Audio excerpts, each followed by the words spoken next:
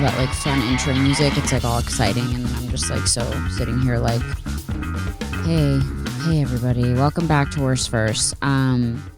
This is a solo episode today because, and I look a mess, I feel a mess. I had a worst first night last night, one of the worst nights of my entire life, and I only have a few of them. And last night was for sure one of them, and it's just such a bummer, and I'm so over it. And so this episode I want to dedicate to talking about mental health, and I want to talk about panic attacks and panic disorder because there's a lot of my listeners that struggle with that. And it fucking sucks. It's the worst. And I know there's a lot of, people that don't have panic attacks imagine just like some valley girl being like, oh my God, I'm having a panic attack. Like they didn't have my favorite shirt or something like that. And that's not what it is. It's a real debilitating disorder. There's over 40 million people in the population that have, anxiety disorders, but only 15% of them suffer with panic disorder. And I am one of those 15%.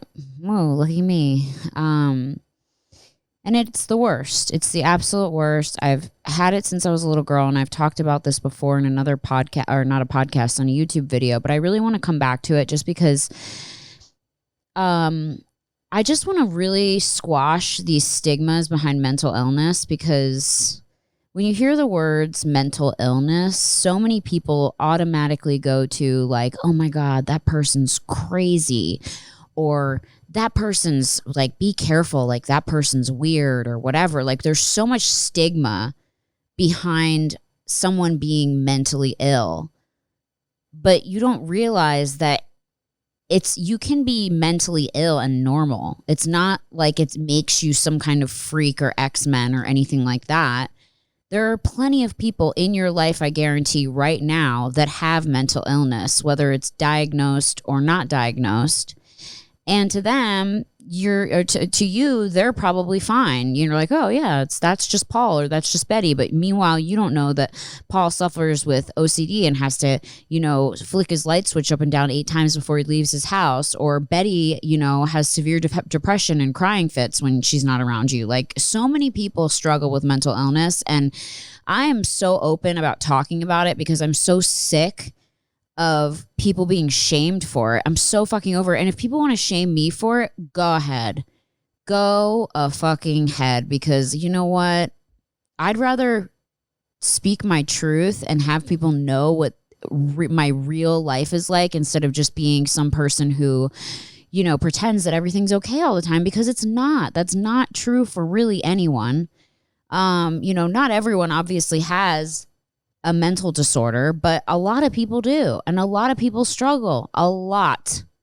And so last night was one of the worst nights of my entire life. I have a couple things going on. I struggle with a couple things. I have endometriosis. I have polycystic ovaries. I don't really have depression. I'm not sad, but I have panic disorder, which comes to me completely out of nowhere. And most people say, oh yeah, there's like a trigger for it, or some people are triggered by certain things. But for me, I could be it's usually at night, which is interesting. And it's usually around the time of my ovulation or my period. And I don't know how that's true for many women, or how many women that's true for, but I hear a lot of women around the times of their period obviously have heightened anxiety, heightened stress, and that makes sense with all the hormonal changes that are going on in our body and everything that we're going through. It can cause you to have panic attacks. It can cause you to have anxiety attacks. So that's totally understandable. It doesn't make you a crazy person. It makes you a real person that's living and breathing and having bodily reactions to changes in your body. So last night I'm sleeping. It's 2:30 in the morning. I just got my period yesterday. Not too much information, I hope. And I get really intense periods. Sometimes I have such debilitating cramps that I can't even move. And then sometimes it's like, oh, wow. But it's always heavy, and it's always like, super crazy blood clots, all the good stuff. And I'm sleeping. And I had a feeling before I went to bed that something was up, because something that happens to me when I have a panic attack is I start to disassociate, where I was walking around outside in the backyard, letting Nina out to go to the bathroom, and I started feeling not real. And I don't know if that happens to any of my listeners, but I'm sure some of you it does. It's called derealization, where I was walking around the backyard and I was looking at my hands and I was looking at the trees and I was feeling very small. And I started thinking to myself, like, what if this isn't all real? What if I'm not real? Like, what if this is a blah, blah, blah, blah, blah? And I start having these crazy thoughts. I don't want to say crazy because that's part of the stigma. I start having these strange thoughts. And I was like, okay, I'm on my period. I'm definitely do this around the time of my period when my hormones are being weird and I'm thinking too much about things. And so I'm just going to put myself to bed. Now, in hindsight, what I should have done was known that this was a precursor for something worse because my brain was going to a bad place, and I should have either given myself some CBD, my relaxed CBD that I use, which is Terravita and amazing, or when I know it's going to be really gnarly, then I have to take a 5 milligram Valium, and that usually takes care of it. But instead, I'm always trying to be, for some reason, put my body through torture. And I was like, you know what? No, I'm just going to make myself go to sleep. So I was tired. I laid down. I went to sleep. At 2:30 in the morning, I wake up and my heart is pounding out of my chest. And when I say pounding out of my chest, I mean like I can feel my physical heart throbbing against my breastbone. It feels like it's actually hitting my breastbone and bouncing back. And I wake up in a panic. I'm sweating. I wasn't having a nightmare or anything, so I don't even know why this is happening other than hormones, period, whatever, mental illness, who knows. I wake up. I'm covered in sweat. My heart's pounding out of my chest. My husband's fast asleep per usual, like totally unfazed by life. I'm so jealous of him. And I start doing deep breathing, trying to calm myself down. That's the first thing I do. I have a couple apps. I have one app called 7 Seconds, which is great. And I turn that on. I start trying to breathe to that. And then I have another app called Don't Panic where you breathe to that. But my heart was beating so fast that I couldn't even catch my breath to do slower breathing. I was hyperventilating, just, and I'm going to show you the video. So if you're on YouTube, you're going to be able to watch this video to see what happens to me. And this is a really personal video and I look horrible and but I don't care because I think that this kind of thing needs to be normalized and needs to be shared because so many people go through this and you are not alone going through this, and it's ugly and it's not hot and it's not cute and it's not whatever, and who gives a fuck because it's not supposed to be. So here's the video. For those of you that are just listening, it'll be on the YouTube channel. So here's the video. So everyone can see what this is like. I'm having a panic attack right now. My pulse rate is like 160. I took a Valium and I'm waiting for it to kick in.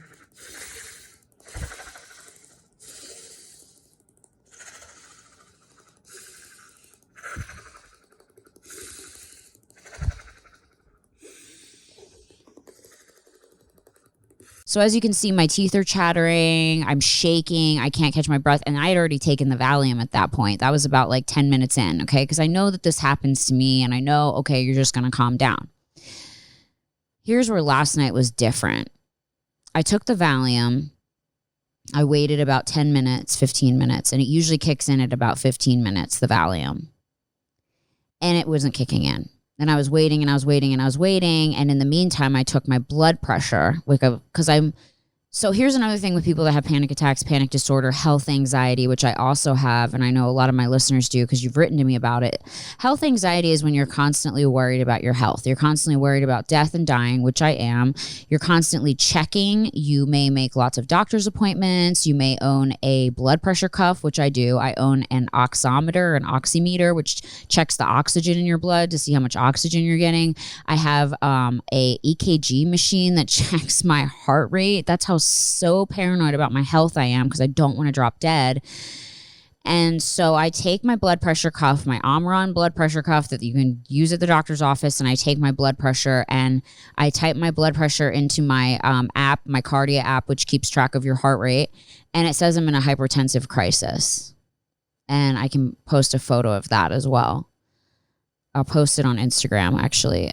So I'll show you that. And I was in hypertensive crisis, which freaked me out. I was like, oh my God, immediately I'm going to have a fucking heart attack. Doesn't matter that I'm 33. This is happening. This is real.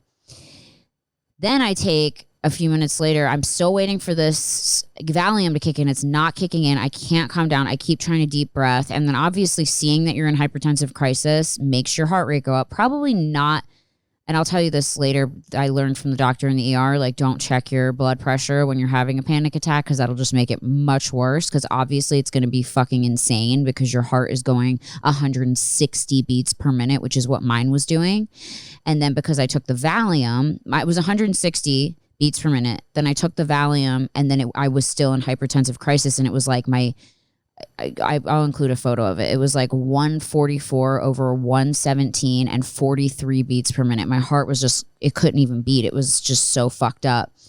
And I couldn't catch my breath, and I'm sweating, and I started feeling nauseous. I had diarrhea immediately. And it's just, this is the worst panic attack I've ever had in my entire life. I mean, I think I've had one maybe this bad before, but this one was when it took the longest for the medicine to work. I've never had the Valium take that long to work. So I'm still waiting for this Valium to kick in. I'm waiting. It's almost been 30 minutes. I'm starting to feel it a little bit, but at that point, I'm just like, I saw the hypertensive crisis and I was like, fuck it, I'm calling 911. I call 911. My husband wakes up. He's like, what are you doing? And I was like, I'm having a fucking panic attack. I'm like, actually, no, I don't even think I was crying. I don't even remember a lot of this because I almost go into like a state of shock. I'm really upset. I'm freaking out. He's like, calm down. And he doesn't know really how to handle these things because he's just never had panic attacks. He's a guy who's pretty much done, whatever he's wanted in his whole life and just doesn't have anxiety about anything, which I'm so jealous of his mindset, but that's how he is. I've always been a hypersensitive overthinker, hypochondriac, health anxiety nut. So therefore I make my own situations worse. So I called an ambulance. I told them, I said, I think I'm just having a panic attack, but it's not like I'm not calming down, and I haven't ever had a situation where I haven't calmed down. And then I see the lights coming up the driveway, and I feel the Valium just starting to kick in, and I'm like, oh, great, here we go. So the Valium kicked in really strong all of a sudden. I barely remember what happened, but my husband tells me I was asking for water and Gatorade, and they took me out front and laid me on the front porch, and all my neighbors are there. And I mean, I would say it's embarrassing, but I'm like, this is life, and I'm sharing this story because I want anyone else to know that's done this or gone through this, that it's nothing to be embarrassed about. And like, I'd rather call an ambulance and have them tell me I'm fine than not call one and die. So not that anyone dies from a panic attack apparently, but I don't know. When my heart rate's 160, who fucking knows? So they lay me out on the front porch. There's like, obviously, like the fucking paramedics are always like the hottest dudes. I'm like, oh, great. And my hair's all fucked up and I have no makeup on, whatever. And I'm basically dying. But like, that's how I know I was really sick, because I didn't give a fuck. I was like, whatever. So they take an EKG. They take my blood pressure. My blood pressure was still insane. So they were like, her blood pressure is pretty gnarly. We're going to take her to the hospital. Her EKG is fine, though. It's probably just a panic attack, but we're going to take her just in case. So I go in the ambulance to the hospital. I'm fucking totally knocked out from this Valium. They're talking to me. I don't even remember what the fuck they're saying. They stroll me into the hospital and they put me off to the side, and my Valium's already now like almost at 100% where I'm like knocked the fuck out, because that's what it does. And that's why I don't always like jump to Valium, and why I always am like pushing CBD, because if you want something where you can still function, at least for me, I take like the CBD is a lighter version of Valium. Valium's just like, okay, I'm going good night. Like, I'm not going to have a day. So I'm basically passed out. A really nice nurse and doctor come. They check in on me. They do a chest x-ray. They tell me my heart's fine, that I'm having a panic attack. I already know all this. But it's good. I can't say that I regret calling the ambulance, because there's a feeling that also comes along with the safety of knowing like I'm in a hospital now. They checked everything out. I know I'm okay. And that makes you feel a little bit better as a person that has health anxiety and panic disorder, because if I had to describe panic disorder, it's different for everyone, but for me, it's a sense of impending doom. As you could see in the video, I shake uncontrollably. My jaw is shaking. My whole body is shaking. I can't, my heart is beating so fast and it makes me shake. I sometimes throw up or have diarrhea. I just feel like I'm about to die. My heart is ramped up so hard that I'm about to die. And that's for me, a panic attack. For other people, a panic attack is a feeling of same thing, uneasiness, or they just feel like they're going to jump out of their skin. Some people have to get up and walk around. They can't sit still. Some people start like crying uncontrollably. It's different for everyone, but for everyone, I'm pretty sure it's fair to say it's pure fucking hell. And the worst you've ever felt in your life is what a person feels like when they're having a panic attack. So I'm sitting there in the gurney. I'm like, okay, fuck. My poor husband had a live performance the next day, and he was going to have to pick me up from the ER at fucking 4 o'clock in the morning. But he's so nice to me, and he goes through this with me, and he doesn't make me feel bad about it, which is really sweet. Not a lot of people are like that. We'll put it this way. But, you know, they should be. They should be kind and sweet and gentle with people that are like this, because it's not our choice. Okay? It's not a choice that anyone has made to have this. Okay? No one would ever go, yeah, I want that. That sounds good. Oh, freaking the fuck out for no reason? Yeah. Sign me up. Like, no one would do that. So I'm grateful for my husband. I'm laying there. The doctor comes. He took my blood work. He did the chest x-ray, did another EKG, told me, you know, you're fine. This is what happens with panic attacks. And I told him I know, but I've never had one that was this intense before. At least I hadn't in a really long time. And he was like, okay, well, I'll get you out of here, because they had some people that potentially had COVID coming in. So scary. But yeah, they took really good care of me. And there was a really nice nurse there, and I don't know his name. And this was at West Hills Hospital. There's a really nice nurse there that I don't know his name, and he's treated me before when I've had ovarian cyst rupture, and he remembered me, and he was really sweet. And, you know, it's a struggle. They see people come in with this all the time. I mean, all ages, men, women, like, people think they're dying, and it's the scariest thing on the planet. And a lot of times it's anxiety. And I'm starting to realize that, you know, everyone, you know, says, you gotta take more medicine or push these pills or whatever, this or that. But like, you have to follow what's good for your body. Okay. A few weeks ago, and I'm just going to share everything right now. A few weeks ago, I started trying different medications in addition to my Effexor. I take Effexor XR 37.5 milligrams. Now, I used to be on 150 milligrams of Effexor XR. And yes, I did not have panic attacks when I was at that dosage, but I had constant chest pain where it felt like a cramp in my heart in the middle of my chest. And that's because Effexor is a bit of an upper. It makes you have a faster heart rate. And so it was causing pain for me, because whenever my heart beats too fast, I get chest pain for some reason. We haven't figured that out.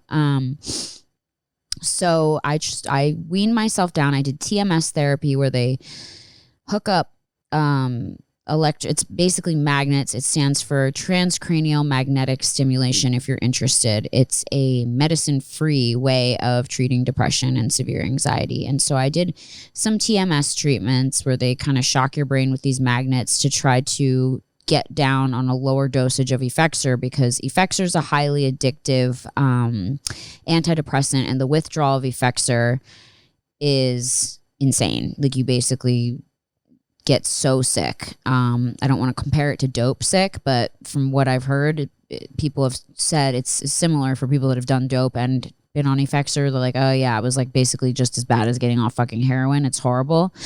Not to deter anyone from taking Effexor, because it's helped a lot of people, including me, but if you try to get off of it, it's gnarly. So weaned myself down to 37.5 milligrams of Effexor, and the chest pain went away. So that solved one problem, but then the panic attacks came back. So I've been working with my psychiatrist, and we started trying to add different things. We tried first Wellbutrin, which made me feel like I was spinning out of fucking control. And then the next we tried was Lexapro, and I did not like that. It kept me up. I couldn't sleep. I turned into an insomniac. And then we tried adding Prozac, which I actually liked for a while, and did Prozac for like a month.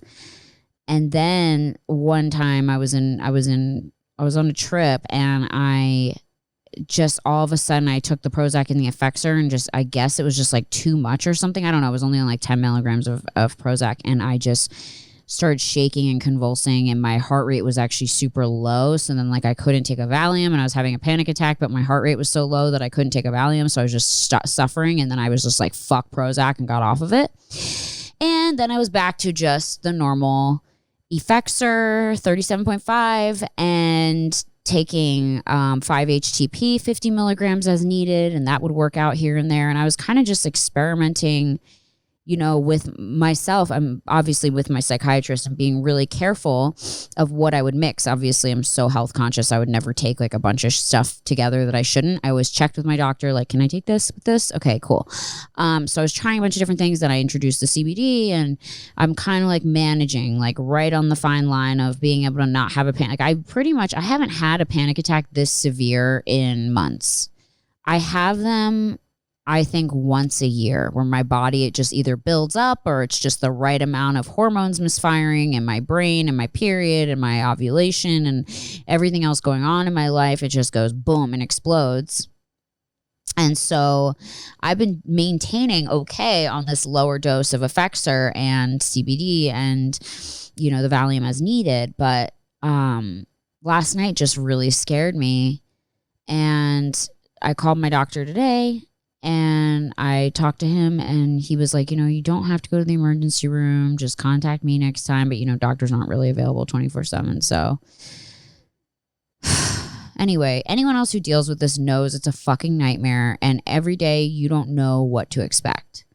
I mean, having a mental disorder like panic disorder or anxiety disorder or any disorder, mental disorder, you don't know what you're going to get from day to day. I mean, you can wake up one day and go, wow, I feel fucking great. And then you study everything you did for that past couple days before to see if you can mimic it. And then the next couple days later, you feel like shit again. And it just, I'm basically just saying, when you're on Instagram, when you're on social media, when you're, you know, idolizing all these people, or looking at people and going, oh my God, they have the perfect life, I could never be like them. You know, everything's great for them. They don't suffer. They don't go through anything. Like, wrong. Okay? Wrong. I have a fucking amazing life. I have a great husband. I'm successful. I have a beautiful home. I have clothes on my back. I'm able to help other people. I have wonderful pets. I have everything I could ever possibly want. And yet I still have a mental disorder, because all of that shit means nothing. Okay? It means nothing when you're born with a different type of brain, you know, or a different type of situation. It doesn't make you weak. It doesn't make you inferior. It doesn't make you pathetic. It doesn't make you any of that. It just happens to be your situation. And a lot of times I like to think that people that have mental illness are a lot stronger than people who don't, because they have to go about life like nothing is wrong and function in a society like nothing is wrong when they are struggling like fuck. It's one of the hardest things to explain to anyone that's never suffered with it, and without sounding like an attention seeker or a complainer or ungrateful or whatever. It's like, if you could live a minute within someone's mind who is going through these things, you would jump out of there so quickly.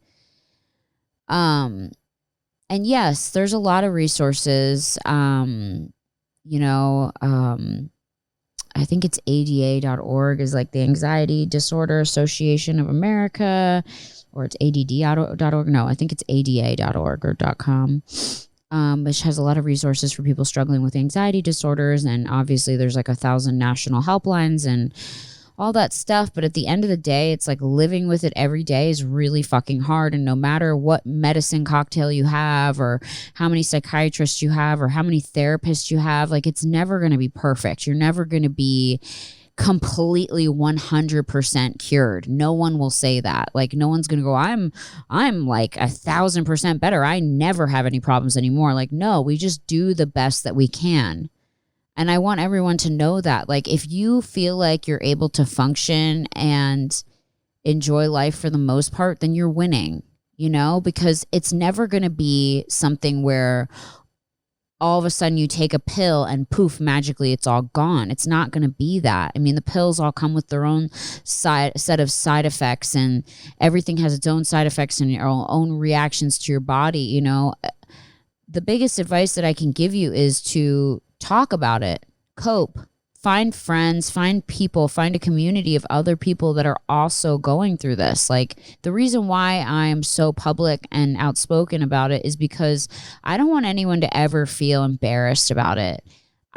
So many times, you know, this happens to me, and like, you know, my neighbors, I was walking out of my house today and my neighbors were like, "Are you okay?" And I was like, "Yeah, I'm fine. Thanks." You know, am I really fine? No, but I didn't want to get into it with Barbara.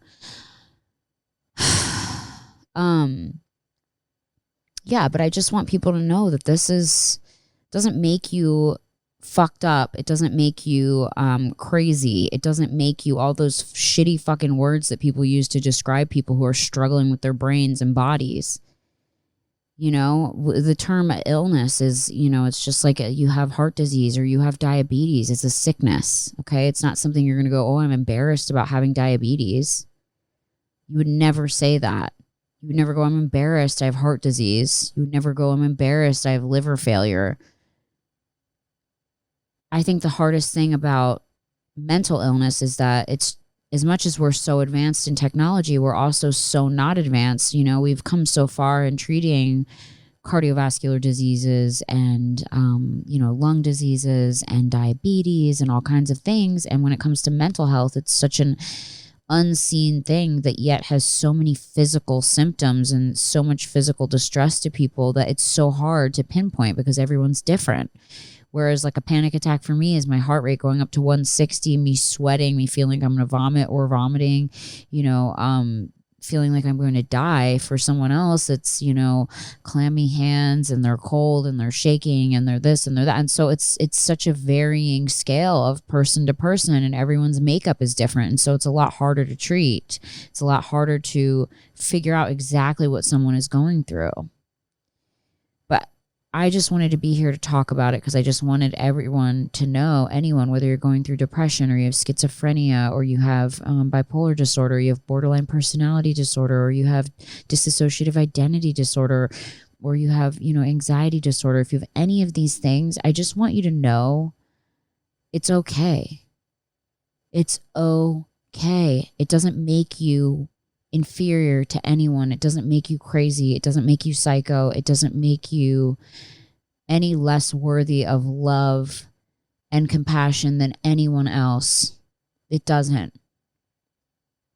It doesn't. It just doesn't. You know, you're a human being, and you didn't choose it. It wasn't something that you chose for yourself. No one ever would do that. It's not your fault. So I just wanted to make this podcast dedicated to that. I just want people to know that, you know, whereas you can look at things in life and think that everyone is doing so much better than you, or that they're, you know, so unfazed, or that their life is perfect. And it's, you know, it's not that way for everybody. And I know a lot of people only choose to show the highlight reel of their lives, but I want you guys to see everything. I want you to know that this isn't just me, you know, getting a new dress or getting my makeup done or having someone do my hair. Like, that's not just my life. My life is so much more complicated than that. And I want people to know that talking about mental illness and discussing mental illness is not something that anyone should ever feel embarrassed about. You should never let anyone make you feel embarrassed about it. You shouldn't be in a relationship with someone who makes you feel bad for having a mental illness, or makes you feel embarrassed, or makes you feel that it's your fault in some way. That is not the person for you. If you are in a relationship with someone who is treating you that way, please get out of it. It is not healthy for you. You deserve someone who's going to be understanding. And that's the thing that frustrates me the most, is that if you had diabetes and you were having a diabetic attack or about to go into a diabetic coma, no one would make you feel bad about it. But because you're having a panic attack and it's not something that they can just say, "Oh, I can physically treat it," or they don't consider it a sickness, that you have to be embarrassed about it. No, it's just as fucking bad. It just sucks just as fucking much. It's horrible. Excuse my language for those of you that are listening, that with young people. And it doesn't just affect women, it affects men. It affects, all these things mental illness does not discriminate. You could be any nationality, any race, any gender. It's for everyone, unfortunately. Everyone can suffer in a different way, and that's not your fault. And I never want anyone to feel embarrassed about talking about their feelings. I don't want anyone to ever be shamed like, oh, you're emotional or you're this or that or you need help. Yeah, well, fucking duh. Yeah, well, fucking duh, dude. That's why we're talking about it, because we're trying to help. Never, ever let anyone make you feel bad about it. Ever. Please, if that's one thing you take away from this podcast. Okay, we're going to take a quick break, and then I'm going to come back on here and talk to you guys about some of the things I've learned on how to cope with my panic disorder, even though it's still the fucking worst. All right, we'll see you in a sec. It's really frustrating these days thinking, what am I going to make for dinner? Well, there's always takeout options, but, in these times it can be a little risky. So why not take the guesswork out of it and try a new company like Green Chef? Green Chef is a USDA certified organic company with meal plans that include paleo, plant-powered, keto, and balanced living. Not to mention their packaging is sustainable, which is my favorite part because you're not hurting the environment. Woohoo! No more global warming. On top of that, Green Chef's experts designed several flavorful recipes for you and your family to enjoy. Man, have I enjoyed it with my husband. We had a seasoned shrimp recipe, we had a delicious risotto, and wow. I am very satisfied. Everything is clean. You can trust it's sourced locally for peak freshness, so you're not getting anything rolled or rotted. And it really takes the guesswork out of dinner for you and your family. So if you want to give it a try, head over to greenchef.com/worst80. And you know why that is? Because you're getting $80 off your first month of Green Chef. So basically free. I mean, pretty much free. And your shipping is free on your first box. So you can always give it a try and cancel if you don't like it, but why not just give it a try? For $80 off your first month of Green Chef, plus free shipping on your first box, you're going to head over to greenchef.com/worst, WORST80 to redeem, and head over and enjoy some nice food for you and yours. Just FYI, Green Chef is now owned by HelloFresh to offer a wider array of meal plans to choose from. There's something for everyone. I love switching between the brands for when my taste changes or when I want to eat a little differently from month to month. Now my viewers can enjoy the best of both brands at a discount with me. I wanted to tell you guys about Wild Wild Tech, a new podcast about the wildest, most bizarre, most interesting stories about technology and how it's shaping our culture. Technology is everywhere, from smartphones to connected cars and complex algorithms. But you may not be aware that technology is affecting our daily lives in weird ways, like some of the stories Wild Wild Tech covers. Epidemiologists who have studied the video game World of Warcraft and the pandemic that happened in the game so they can be better prepared to fight COVID-19. Or Animal Crossing may seem cute and harmless, but there's a hidden black market of digital animal trafficking. The U.S. Army is recruiting its next generation of soldiers on Twitch, and all kinds of crazy, interesting things like this. You want to subscribe to Wild Wild Tech on Apple Podcasts, Spotify, or wherever you're listening now. You can find the link in the episode notes that will take you right to the show. Get ready to hear the most bizarre stories about how technology is shaping culture on Wild Wild Tech. Okay, I'm back. I'm just gonna drink some water. So those of you that are watching and watch that video, you're probably like, oh, why would she post that? Because I literally don't care. I want people to know that this isn't something that you need to hide and that's something that you need to be ashamed about. I want everyone to know that struggling is not pretty and it's not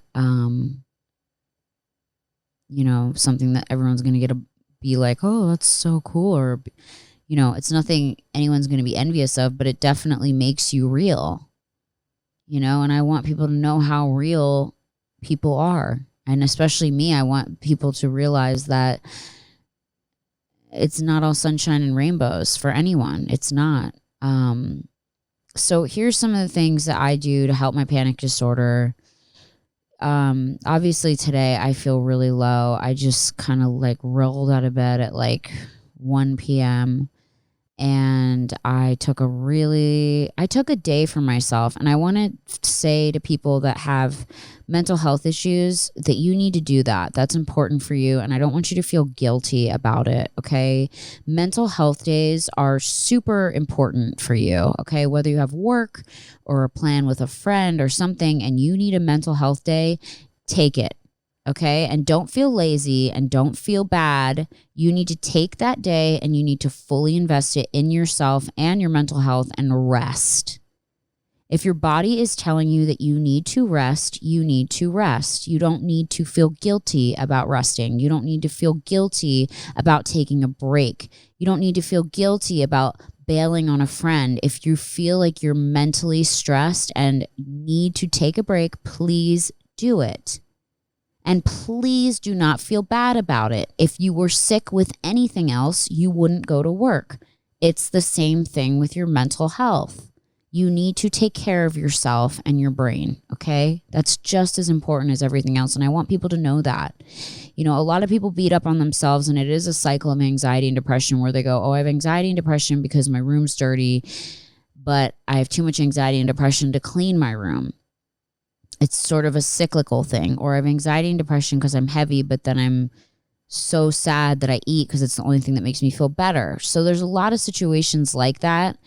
And I just want people to know that it's okay and you can take as many days as you need to rest. The more days you take making yourself feel guilty, the less energy you're going to have to feel better and actually clean your room or actually start being productive in your life. So if you need a mental health day, take the day and promise yourself that you're not going to beat yourself up about it, okay? Lay in bed, sleep till 5 p.m. if you want. Don't get out of your pajamas, eat junk food, do whatever you need to do to make yourself feel rested and refreshed, okay? Do a face mask, do whatever you want. Listen to calming music, meditate. Honestly, just do what you have to do to recharge your soul because you need that. And that's important. And I want people to stop feeling bad about taking mental health days. People need them.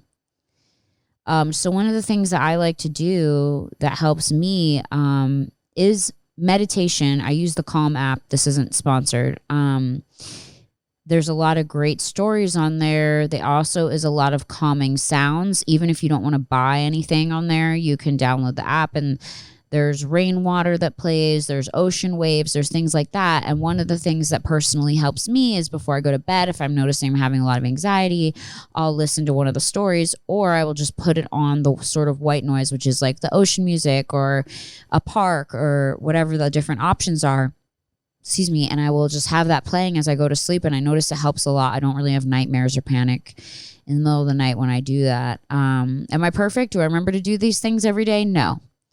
Another great thing to do, I take magnesium glycinate. And obviously, I'm just telling you what I do. This isn't something that, you know, you need to go do all these things. I'm just telling you things that I've taken, that I've tried, that have worked for me.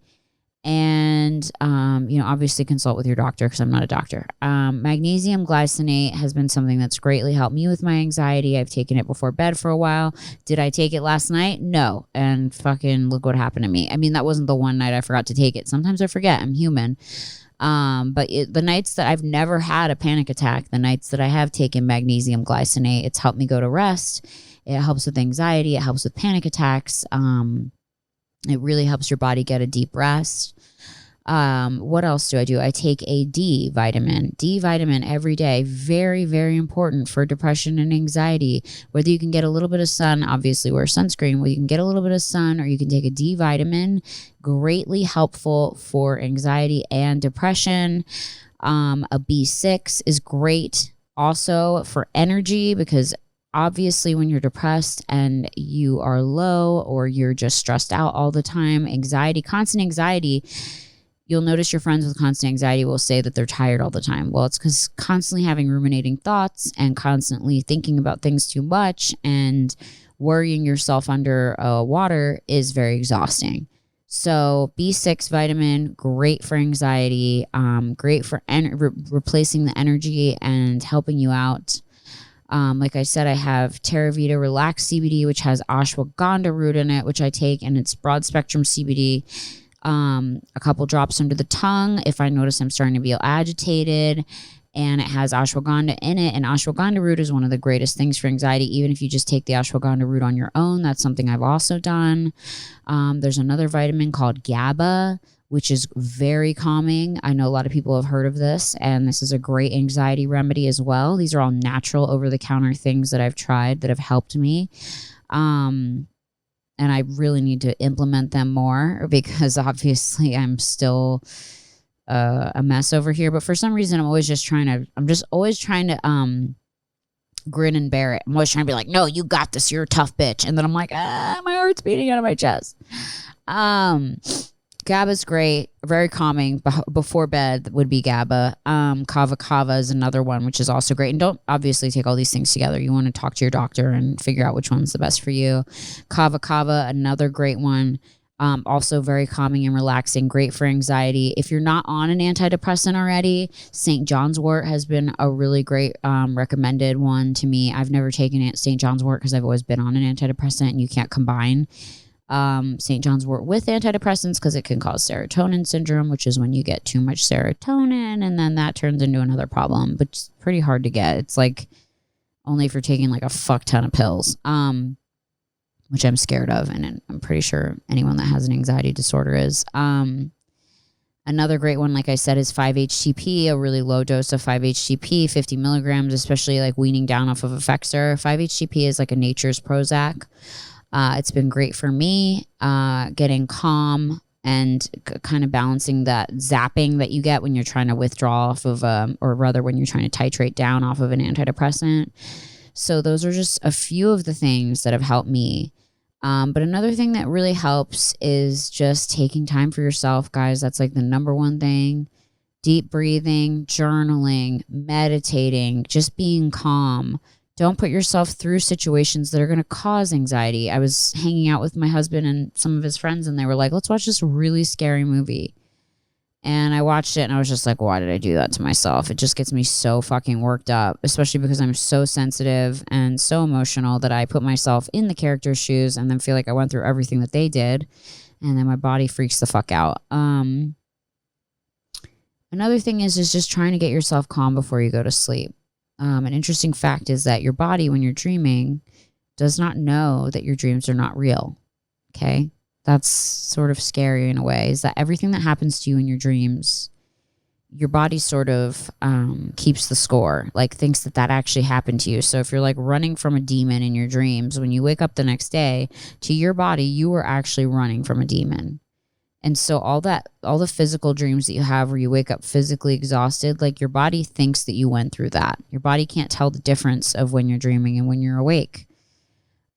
So the most important thing you can do for yourself is try to get calm, rest before you go to sleep. And I really need to practice what I preach on this one, because the number one thing that people tell you to do is put your cell phone down before you go to sleep. Maybe turn on a podcast or read a book an hour before you go to bed. Put your phone next to your nightstand and fade out. That's the best thing that you can do. And I need to get better at that. That's something I need to do as well. Dreams can be really, I have nightmares every night. And that's part of just, I think, who I am as a person, trauma that I went through when I was younger, anxiety, everything manifests in different ways. And so when I wake up very tired because I was running in my dreams from a night, from a man who was trying to kill me, or alligators or snakes or someone choking me or someone dying that I love or whatever. It's always a bad dream, very rarely a good dream. And another thing I do, and this is not to put religion on anybody, is pray. And I pray to God all the time to take this away from me, because my life would be so perfect if I didn't have this disorder. People don't talk about how much panic disorder really affects your life. Before my husband and I travel anywhere, because I have such bad panic disorder and health anxiety, before we go anywhere, I have to Google and make sure that there's a hospital nearby. So it ruins traveling for me because I'm like, oh my God, if there's not a close hospital, then the whole trip I'm anxiety ridden. Like, what if something bad happens? Another thing is that I've had panic attacks when I'm driving, and then that has made me feel like I don't want to drive anywhere, and I will go for like a couple weeks before I drive again, or leave my house, because I'm afraid that I'm going to have another panic attack and I'm going to be alone and I don't know anybody and I freak out. But the truth is, the best thing you can do, what I've learned in my therapy, is it's called exposure therapy. And it fucking sucks, but you have to expose yourself to the situations, okay? So I had panic attacks. I used to have panic attacks all the time when I was driving on the freeway, that I would avoid freeways. And I would avoid leaving my house a lot because my house, for some reason, was like my safe haven. And so what I learned was that I needed to force myself, even if it was just driving down the street to the gas station and filling my car up and coming home. Even if it's baby steps, you have to expose yourself. Otherwise, you're letting the anxiety win. You're letting it win. You're letting it control your life. I mean, I just went to St. Bart's with my husband. Everyone's like, oh my God, why are you traveling during coronavirus? Why are you doing this? Why are you doing that? I mean, we were really safe. But on top of that, every time I get a chance to travel, I go, because part of me, a big part of me, is so afraid and doesn't want to, but I force myself to go. I'm afraid of dying in a plane crash. I'm afraid of dying in a place where there's no medic or anyone to help me. I'm afraid of having a panic attack in like a place where there's no hospital where I could get real help if I really needed it. I'm afraid of all those things, but I still force myself to do things. I still force myself.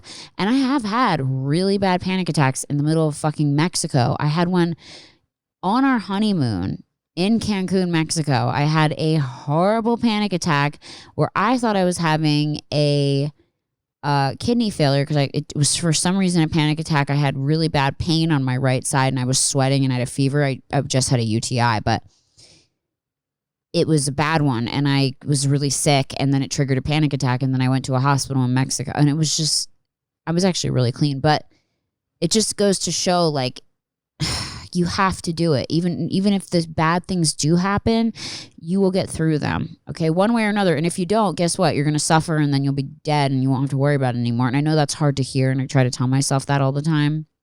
When I'm having a panic attack, I try to stop myself and go, okay, you know what? Come on, let's fucking do this. Go ahead. You want to beat really fast? So why don't you just make my heart explode? I try to like talk shit to my panic attack, and that sometimes helps me. But when it's really gnarly, like it was last night, where I'm basically just scared shitless and like 100% positive that I'm going to die, I get kind of weak. But in those moments, if you can get frustrated enough, it's like turning that fear into anger is really helpful. If you can stop yourself for 1 second, even if you can just catch yourself for a second and go, oh yeah, you want to fuck with me? Okay, cool. Let's make my heart explode. Let's fucking go, dude. I'm done. I don't want to suffer like this anymore. So that can kind of help. I've managed to do that a couple times, but not often. But just try it. Try to look it in the eye, you know? And it's the same thing. Exposure therapy is the same thing with the panic attacks. The more panic attacks you go through, the more panic attacks you make it through, the more times you have a panic attack, you're going to realize, okay, I've been through this before. A, B, and C happens. Sometimes it's a little different, like it was last night, where, you know, the medicine doesn't work right away, or it happens to last a lot longer than you thought it would, or you have a new sensation, whether it's like numb feet or tingling or half your face hurts or whatever. You know, but you have to realize, like, the classic symptoms are just you getting into this state for absolutely no reason. It just happens out of nowhere, and an uncontrollable fear. And it feels so much more than that, guys. I know it does. And I know it feels like such a physical thing, and you think you're either having a stroke or a heart attack or this or that. And if you have to go to the hospital, fucking go, okay? Just go, because they have to treat you. I'm sorry for those of you that don't have health insurance, because I know it can be really expensive. Try to go into urgent care. It's a little bit less expensive if one is open. But yeah, I mean, you know, if you have to get that reassurance, then go and get it. I mean, there's nothing wrong with that. Absolutely nothing wrong with that. And then enough times you'll learn, okay, this happened to me last time. I went to the doctor. He told me I was fine, and I'm just having a panic attack, and so I can handle this now. And I haven't gone to the hospital for a panic attack in probably like a year and a half. So I'm really proud of myself. Even though for my husband, every time it happens, he's like, oh my God. I mean, he's so nice about it. Sorry, I have allergies. He's so nice about it, but you know, some people just don't get it and they won't get it, and that's fine. It's not for them to get, okay? I wouldn't wish this on my worst enemy. I really would not. It would be a horrible experience, and they would probably cower and cry in a corner. You know, and that's fine. You just have to understand that some people aren't going to understand. But surround yourself with people that do, and people that love you unconditionally, because that's all you need are those people. You don't need the people that are going to judge you. You don't need the people that are going to be rude to you. You don't need the people who aren't compassionate. You don't need those kind of people in your life, okay? You need people that understand, people that you can talk to, people that you can relate to, you know. Some people are going to be mean about it, and I'm prepared for that. I have people write to me all the time that are like, fuck you, bitch, you have a ton of money and you're like married to a successful guy and like you have everything you need. Why do you have anxiety? Well, I don't fucking know, Bill. To be honest, I don't, because I shouldn't. I do have everything in the fucking world and I still have it. So if you can figure it out, let me know. Like, honestly, it'd be great. The new thing I'm trying today is a beta blocker. I've never tried one of those. Or I think I have a really long time ago when I would do stand up. But I only took it during the day. And it made me really tired, a little freaked out, because I do hate when my heart beats too slow too. It's like my heart has to beat at the perfect rhythm. It has to be just like right, like 70, 80 beats per minute. Once it goes over 100, I'm fucked. And once it goes below 60, I get really scared. So I remember taking a beta blocker back in like 2010. And I remember it making my heart beat super slow. It was like 54 beats a minute. And I was like, this is not good. And it made me really sleepy.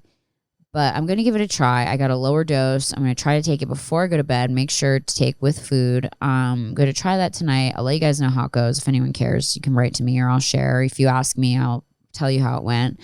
It takes about 2 weeks for a beta blocker to kick in for anxiety. For a lot of people, they don't even feel anything from a beta blocker, which makes them pretty great for treating anxiety and panic disorder. And a lot of artists actually use them for performing.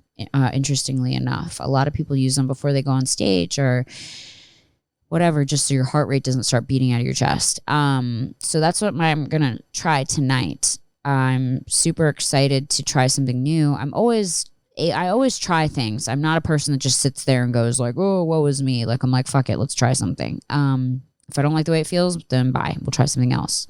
And don't ever let anyone make you feel pressured. I know there's a lot of people that, you know, especially when I was kind of trying different antidepressants, I can always tell right away within a couple of days if an antidepressant's working for me or not. And it's really frustrating when you have a psychiatrist or a psychologist and they're like, oh, you need to stay on it for 2 weeks for it to do anything. Yeah, fucking duh. But if it's making me super sick in 3 days and I don't want to take it anymore, that's my right. And I'm not going to, and don't make me feel bad about it, honestly. Because I've had people say like, oh, this is the best antidepressant for this or that. Like, everyone was swearing by Lexapro.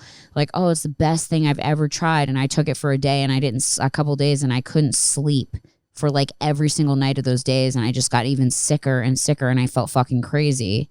So some stuff's going to work for you and some stuff's not. And some stuff's going to work for other people and it's not going to work for you. And no one is the same. And don't make people feel like, oh, they didn't try their best or whatever. Like, everyone is doing their fucking best, okay?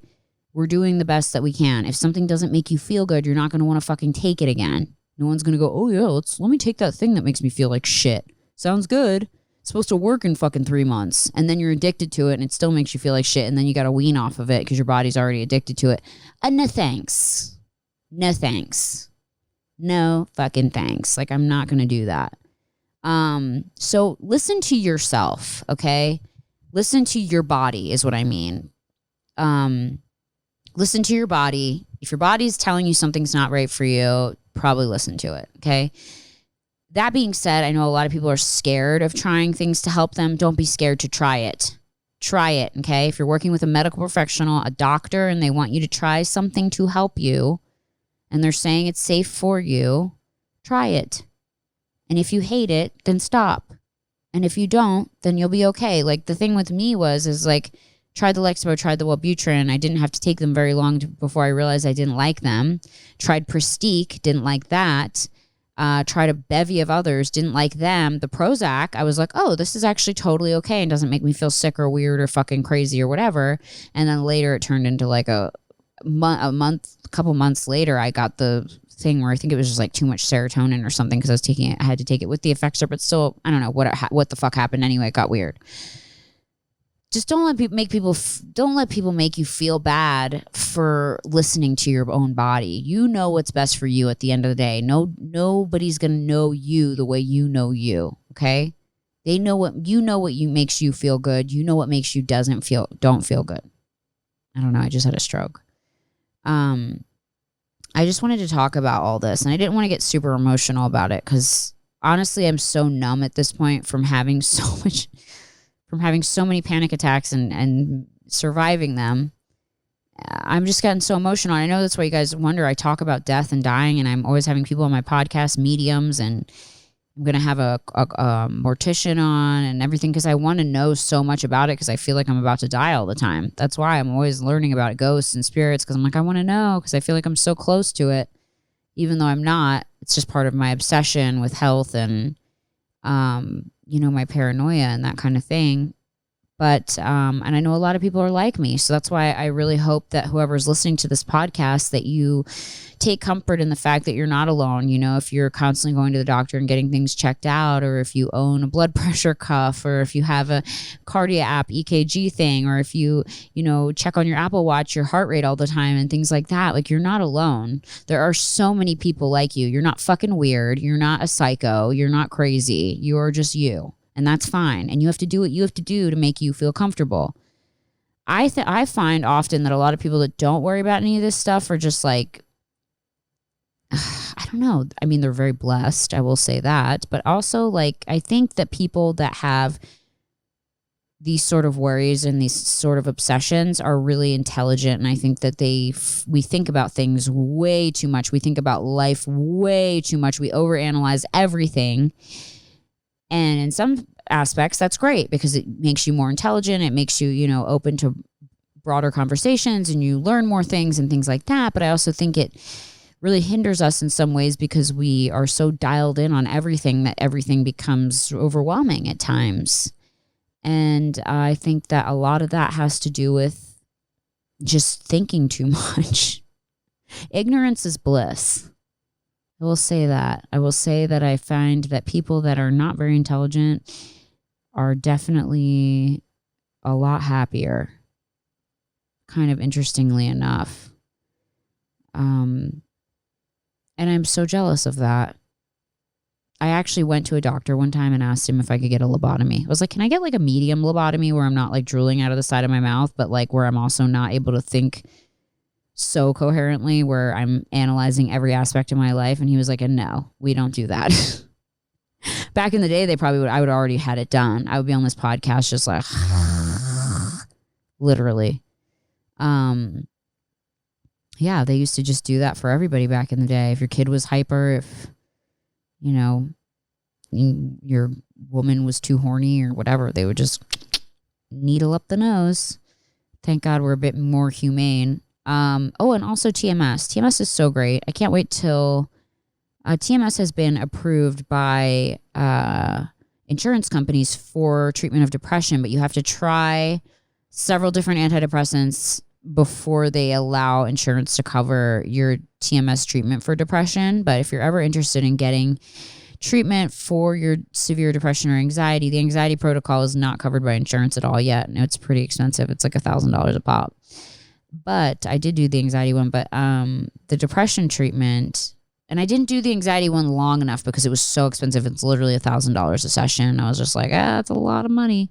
So I did it a lot, but then I didn't have a panic attack for like a half a year. And I was able to get down on my antidepressant. And now it's kind of like, well, if I want to spend like a bunch of money, I guess I should go get it done. But basically what it is the magnets stimulate your brain, and there hasn't been anything negative that's happened from it. I mean, it hasn't been around forever, so who knows in 10 years if I start, you're able to walk up to me and like stick a magnet to my head, who knows? Or people develop tumors or cancer or whatever, hopefully not. But so far, so good. So far, so good. And people are seeing great results with it. If you are interested, looking it up, check it out. TMS, transcranial magnetic stimulation. I know a lot of people have had a hard time with antidepressants, especially people that are hypersensitive like myself, where I also have the MTHFR gene mutation, which is really, really shitty. It means you don't process L-methylfolate correctly. And so methylfolate is something that your body needs for all of its cognitive abilities to sort of run correctly. And I have a gene mutation which doesn't allow me to do that. And actually I should be taking methylated vitamins and not just regular vitamins because my body doesn't absorb regular vitamins. And I've gotten some methylated vitamins, but that's another, all these things attribute to why I have this anxiety disorder. But you can get a test done with your psychiatrist called a gene site test. And I believe if you don't go through insurance, it's about $300. And what that gene site test will tell you is what antidepressants are most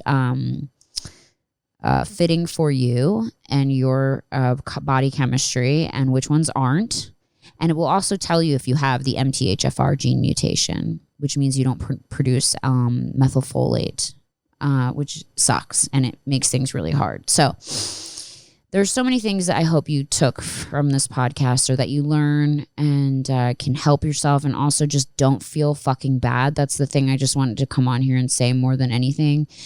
This was a worse first last night. I'm shaken up today. My chest actually feels like someone opened my chest up and took my heart and just squeezed it like one of those shitty stress balls and just punched it and fucking flicked it. Like my heart is sore today from last night. But you know what I did today?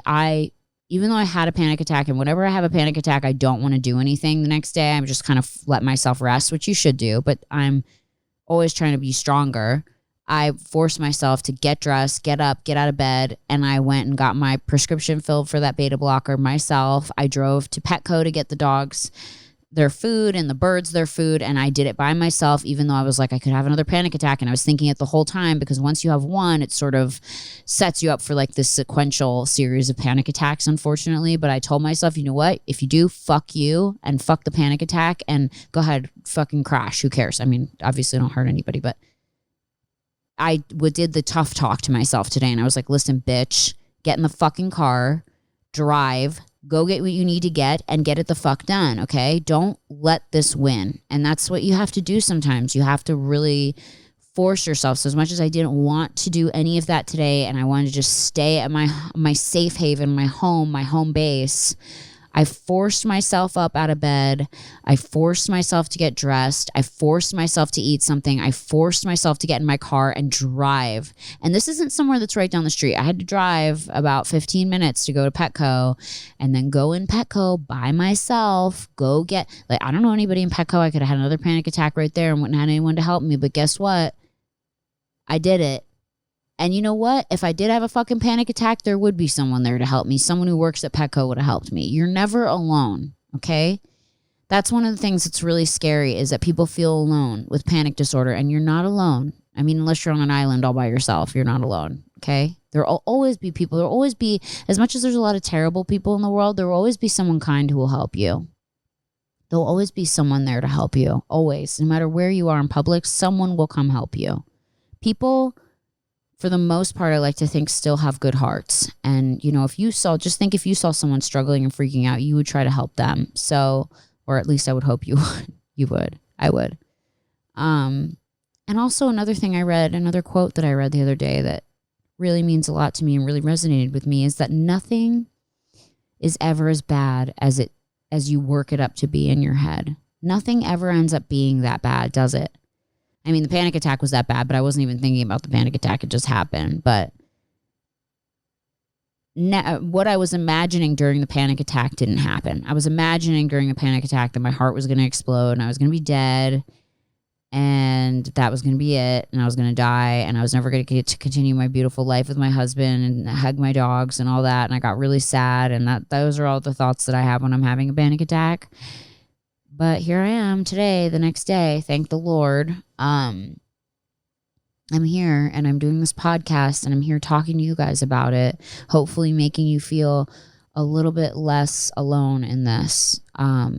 And hopefully in the comments below on YouTube, if anyone's struggling, maybe you guys can comfort each other here too. Like, I want this to be a safe space for people. I want people to reach out to each other and, know that they're not fucked up. I mean, we're fucked up, but we're not like fucked up. You know what I mean? We're fucked up, but we're still lovable. We're still good people. It doesn't make you a bad person. It doesn't make you a broken person. It doesn't make you it doesn't make there anything wrong with you. It's just happens to be the cards that you're dealt. And we do our best with our hand, don't we? We have to. We have to do our best. So, I don't know, anyone that's listening to this, share it with someone that you want to know about panic attacks, panic disorder, and anyone that, is trying to help someone with it. The best thing I can say is, when someone's having a panic attack and freaking out, don't say, calm down, or just relax, or like, don't keep asking the questions. What's wrong? What's wrong? What's wrong? Because they are not going to be able to talk to you. The best thing that you can do is sit with them, hug them if they want to be hugged, comfort them, be loving, meet them with love. You will never go wrong meeting someone with love. Okay, coming from love. You will never go wrong. Do unto others as you wish others would do unto you. Try to be a genuine, kind, loving person to someone that's going through a hard time. And I know you may not understand it, and it may be frustrating for people that are partners of people that have this problem.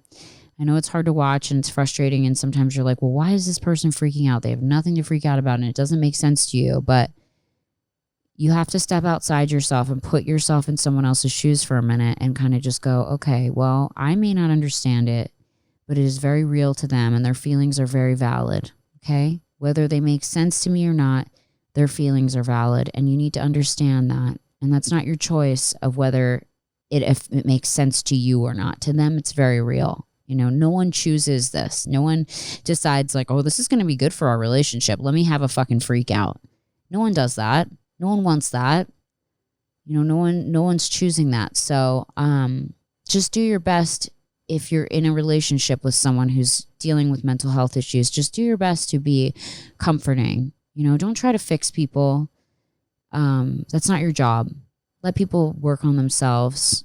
And for those of you that are struggling with this, hopefully you continue to work on yourself and look for answers. And there's lots of things. There's a great book called Dare by Barry McDonough that has helped me greatly, and I need to start listening to it again. I downloaded the audiobook. It's called Dare, Dare, by Barry McDonough, and he struggles with panic attacks and panic disorder, and it's a great, great, great book. If you have a long drive in a car, or if you're having anxiety driving, you should put it on and drive. It'll really help you get over that and really help you get through that. It really helped me. And yeah, and if you don't understand people that are struggling with mental illness, then do yourself a favor, just like you would get educated on anything else you didn't understand. Try to get educated on it so you can see where they're coming from, and it'll better equip you for the situation to help them. So with that said, I love you guys, and thank you for all being there and supporting me, and not judging me or judging me, whatever you want. You can judge me, that's fine. Thank you for those of you that are here and are, struggling. I'm sending you a big virtual hug, and knowing that you are not alone in this. You are never alone in this. You're not weak. You're not a bad person. You're not a broken person. Okay. You're a human just as much as anyone else is. And it'll all be okay one day, no matter what. It will. I genuinely believe that one day, no matter what, we will have answers to everything we need, and it will be okay. And you're not going to suffer forever. Nothing lasts forever, okay? Not even the good stuff. Not the bad stuff, not the good stuff, nothing. So just find some sort of restitution in that fact. And I'm signing off. Take care of yourselves, okay?